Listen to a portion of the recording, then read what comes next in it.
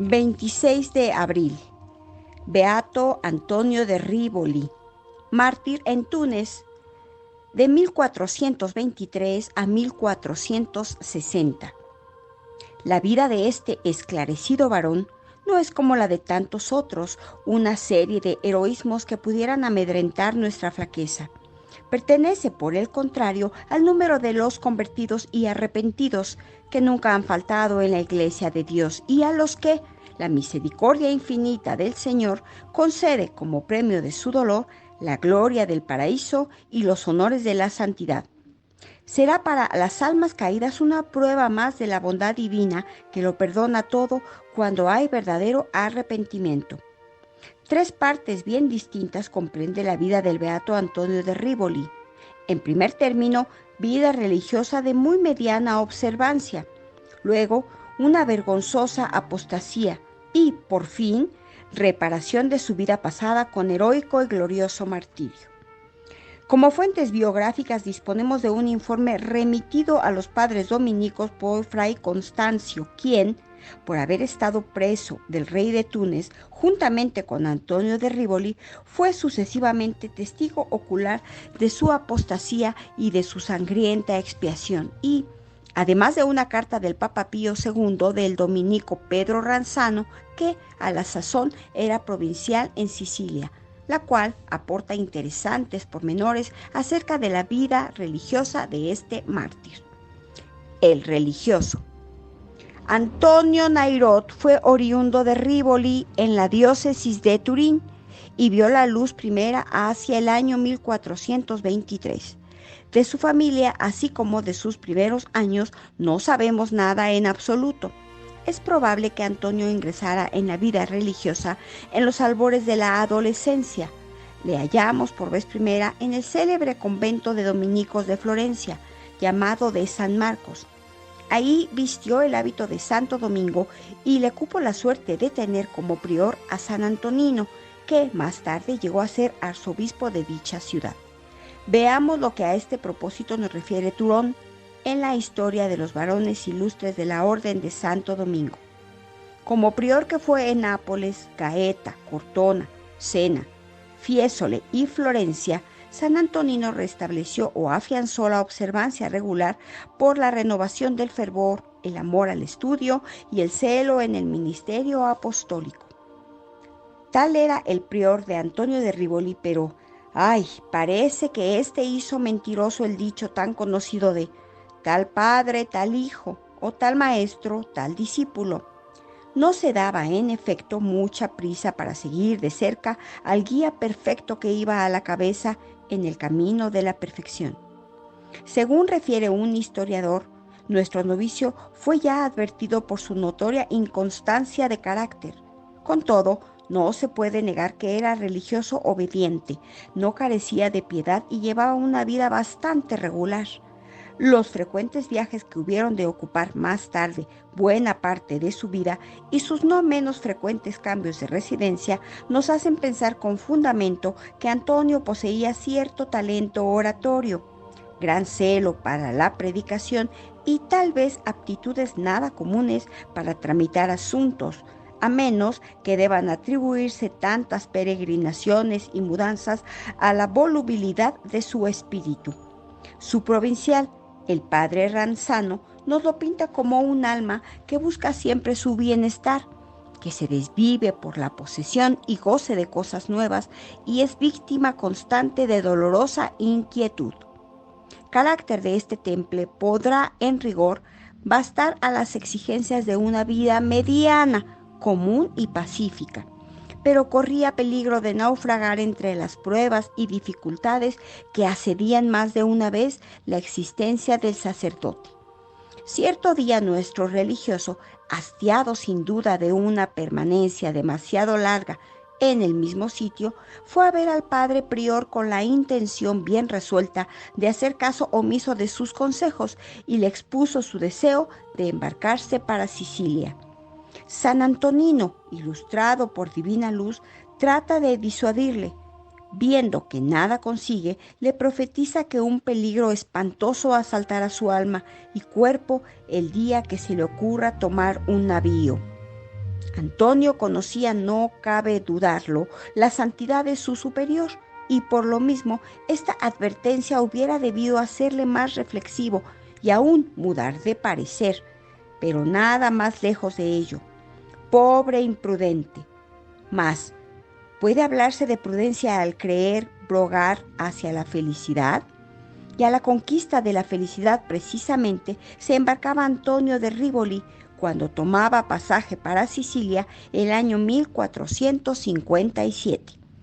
4 años hacía que Pedro Ranzano era provincial de aquella región, cuando el recién llegado se presentó ante él en Palermo.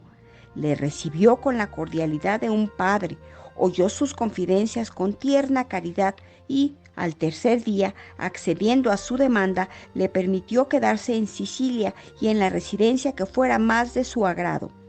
Cumplidos y colmados sus anhelos, Antonio partió de Palermo. Por espacio de 1 año vivió como un religioso ejemplar, pero aún no había adquirido la virtud de la estabilidad.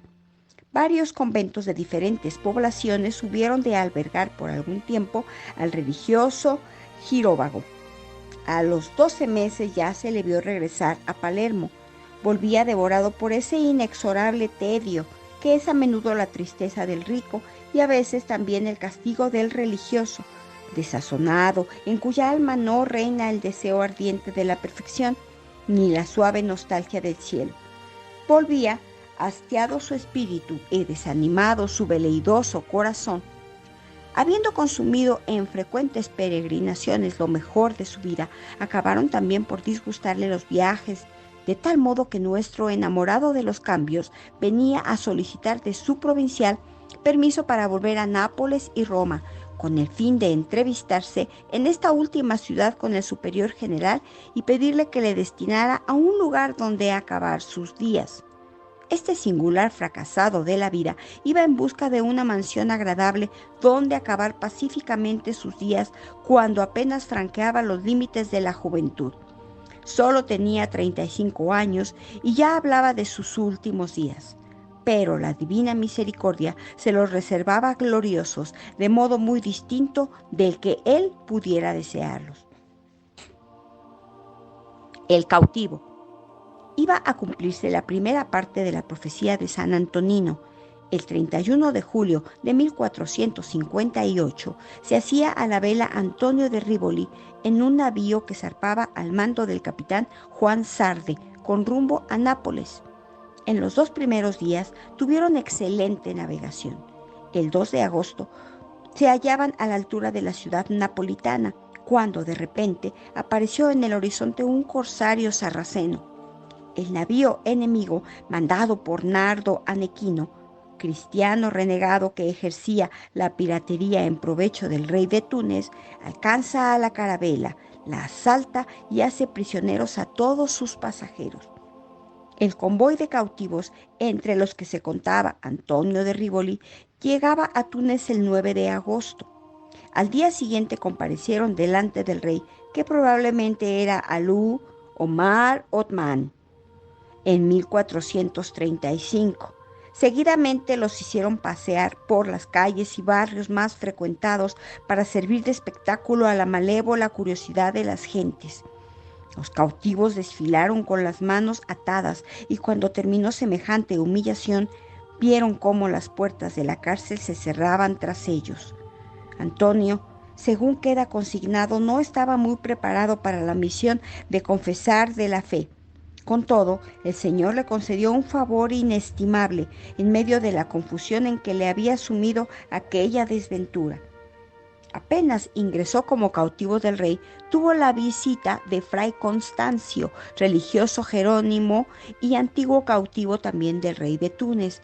Le escuchó en confesión, le hizo fervorosas exhortaciones y le ofreció su amistad mientras duró su cautiverio. Pero así, y todas las finezas del religioso afecto del Fray Constancio no consiguieron hacer brotar en su alma mal dispuesta al sufrimiento, ni la santa alegría, ni siquiera la resignación cristiana. Aconteció pues que, pasados unos días de cautiverio, el impaciente recluso solicitó por escrito la libertad. El rey, a quien dirigió el mensaje, le permitió salir de la cárcel solo bajo juramento. Tal condición le indigna. Escribe al cónsul de Génova, protesta enérgicamente de su encarcelación y reclama a gritos la libertad, pero con tan poca ponderación y reserva lo hace, que el cónsul en el primer momento declara que no quiere saber nada de tal cautivo. Empero, gracias a la intervención del dominico Fray Juan, capellán de los genoveses, vuelve en su primer movimiento y pide su libertad. Por fin salió Antonio de la cárcel en el mes de octubre a noviembre del año 1458, pero agriado y exasperado. El apóstata. Antonio de Rivoli ejerció el apostolado sacerdotal por espacio de unos 5 meses en la iglesia de San Lorenzo, que servía de parroquia a los genoveses. Celebraba, acudía al confesionario y dirigía la divina palabra al pueblo. Así y todo, dice Fray Constancio, sobrellevaba con poca conformidad las pequeñas privaciones de la vida de Túnez. Tal estado de ánimo era preludio inevitable de terrible crisis. Aquella vida religiosa tan saturada de tibieza iba por fin a parar en vergonzosa apostasía.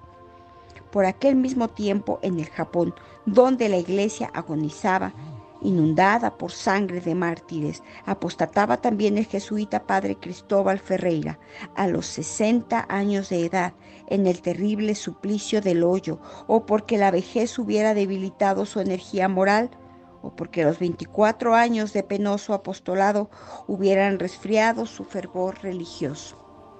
Antonio no tenía la excusa del horror a los tormentos ni el temor de una muerte espantosa, pero reparó a lo menos satisfactoriamente su enorme culpa y al cabo murió mártir, como murió por la divina misericordia el padre Ferreira a la edad de 80 años, remediando su flaqueza pasada con 3 días de tormento del hoyo que 20 años antes no pudo soportar 5 horas. No ha podido ponerse en claro cuál fuera el motivo postrero que trajo la defección de Antonio. Fray Constancio le atribuye a su gestión diabólica, Suriano al demonio de la impureza. Pretende Ranzano que, irritado por ser feliz éxito de su predicación, el enemigo del género humano sugirió a cierto sujeto que propalara contra Antonio las más atroces calumnias. Según parece, durante mucho tiempo soportó con heroica paciencia los hechos y dichos del calumniador, pero desesperado a la larga de una persecución que no acababa y no hallando medio de justificarse de las acusaciones que propalaban, se enfureció, perdió la paciencia y dio al traste con todo. Tal vez sea lo más sencillo y lógico suponer que por efecto de pequeñas y reiteradas infidelidades, el infortunado fraile había preparado la mayor de todas, la apostasía. Lo cierto es que el 6 de abril de 1459 los cristianos de Túnez fueron testigos de un espectáculo lamentabilísimo. En presencia del monarca anatematizó la fe cristiana y se declaró discípulo de la religión del profeta. Alegría delirante produjo en los sarracenos ver el renegado aceptar la circuncisión conforme al rito musulmán, y fue para los cristianos de Túnez vergüenza y sonrojo indescriptible tal apostasía. Ya tenemos a Antonio convertido en perfecto musulmán. Por espacio de 4 meses vivió entre los sarracenos, echándoselas de belicoso campeón de su nueva religión y de enemigo irreconciliable del cristianismo, al que denigraba a más y mejor. Quiso saber Antonio los fundamentos en que se apoyaba la religión de Mahoma y el medio más adecuado de hacer su elogio. Por toda respuesta le entregaron el Corán. Antonio se puso a estudiar con todo ardimiento la doctrina de aquel impostor, plagada en sentir de un historiador antiguo de un sinnúmero de descarriadas majaderías, con las cuales no dejó, sin embargo, de seducir a las 2/3 partes del mundo. Cierto que no todo el contenido es de su cosecha, sino que de lo que le sucedieron, conforme acaece con las cosas humanas. Al fervoroso discípulo de Mahoma Nada mejor se le ocurrió para grabar en la memoria sus enseñanzas que traducirlas al latín y al italiano. El convertido. Con todo, no había abandonado el Señor a su indigno siervo. Desde 1446, el antiguo prior de Fray Antonio de Rivoli, San Antonino, esclarecía con su santidad la sede arzobispal de Florencia. La profecía que hiciera a su novicio se había realizado totalmente. Moría el 2 de mayo de 1459, como mueren los santos, a los 70 años de edad y 13 de su episcopado. Y sus labios agonizantes musitaban aún estas palabras que tantas veces repitiera en vida: servir a Dios es reinar. Mientras tanto, llegan a Túnez mercaderes procedentes de Italia y Antonio les pide noticias de su patria. Ellos le refieren la muerte de santa del arzobispo y los milagros que brotaban de su sepulcro. Su relato impresiona vivamente al pobre renegado y le sugiere saludables reflexiones. Pronto se adueñan de su alma los remordimientos, tras los cuales viene el arrepentimiento que salva. Fray Constancio nos refiere que, a fuerza de leer Antonio la traducción del Corán, acabó por darse cuenta de que no era otra cosa que una compilación de errores y falsas doctrinas, lucubraciones de un impostor de ingenio. Pero ciertamente habían influido más las oraciones de San Antonino para mover su corazón que el estudio para desengañar su espíritu. López afirma que el santo arzobispo se le apareció y le reprendió severamente por sus extravíos. Antonio estaba convertido. Ganoso de lograr a todo trance aquel cielo en cuyos esplendores viera tal vez brillar a San Antonino, concibió el más vivo desprecio del paraíso sensual y voluptuoso que el profeta le prometía. Pero hacerse otra vez cristiano equivalía a ser condenado a muerte, según rezaba una ley del islamismo. No le pareció, sin embargo, excesivo castigo para expiar el crimen de su apostasía y resolvió afrontar cualquier género de muerte. El futuro soldado de Cristo se dispone, pues, desde el instante al último combate. Va a encontrarse con el dominico Juan y con el más vivo dolor hace confesión general de su vida, recibe la absolución y la sagrada Eucaristía y, sin tardanza, emprende la vida de buen religioso y las observancias regulares y distribuye sus bienes a los pobres. El rey se hallaba entonces a 50,000 pasos de Túnez y por lo tanto aconsejaron a Antonio que aplazase hasta su regreso la abjuración de su error y la confesión de su fe cristiana ante el mismo que había sido testigo de su apostasía. En los pocos meses que estuvo aguardando y para mejor asegurarse el valor que ha menester el mártir, Antonio sometió su cuerpo a una penitencia severa. Día y noche lloraba su crimen, confiando en el divino pastor que siempre se halla dispuesto a recibir a la oveja extraviada. El mártir. Es Domingo de Ramos, el 6 de abril de 1460, aniversario precisamente de la apostasía de Antonio. El rey ha vuelto a palacio a la víspera y en la iglesia de los genoveses, donde a su vez predica Fray Constancio, se halla congregada toda la cristiana grey. En ese momento comparece Antonio y en sencillas palabras, sin retóricas ni circunloquios, deplora su error. Abjura el islamismo y anima a los fieles a la práctica y a la fidelidad de la religión católica.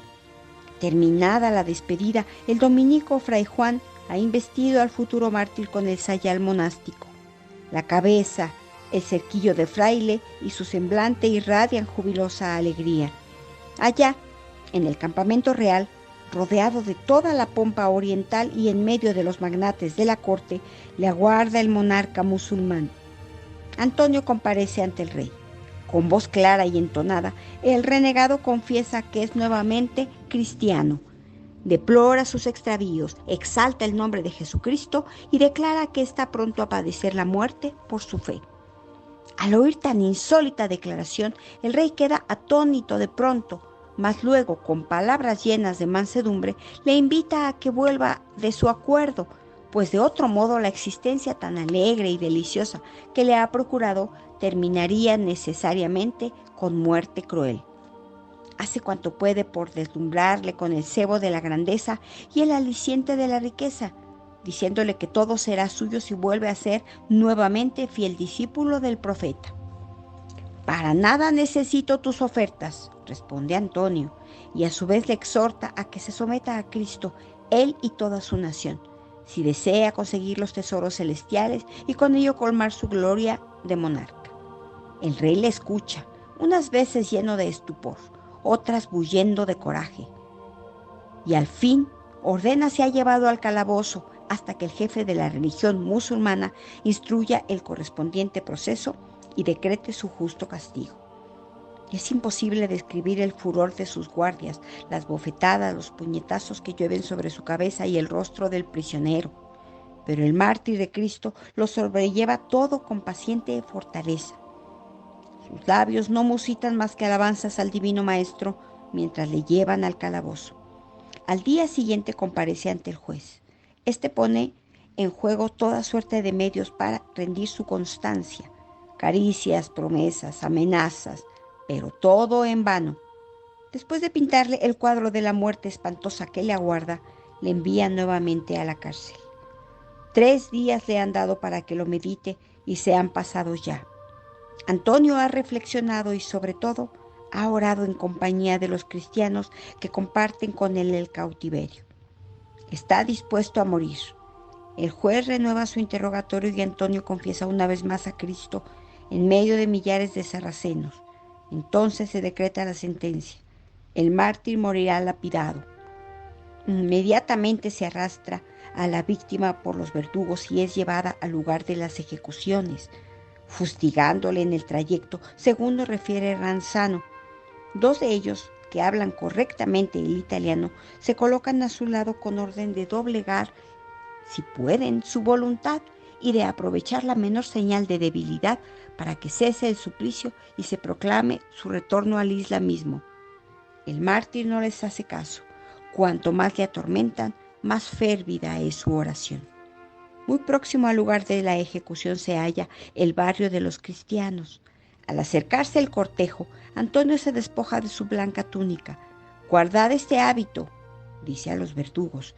«Si lo entregáis a los cristianos limpio de toda mancha, recibiréis en cambio buena recompensa». Prometieron hacerlo y más tarde cumplieron la palabra. Llegados al lugar del suplicio, suplica Antonio a los verdugos que le concedan unos instantes para orar. Se le complace y postrado en el suelo, con las manos en alto y mirando hacia oriente, queda sumido en fervorosa meditación. Diríase que está en éxtasis. De entre la muchedumbre surge un clamor, un estremecimiento parece invadirla. Verdugos y espectadores se lanzan sobre el mártir que permanece de rodillas y le golpean, quien con la espada, quien a pedradas. Todos lanzan además furiosos aullidos.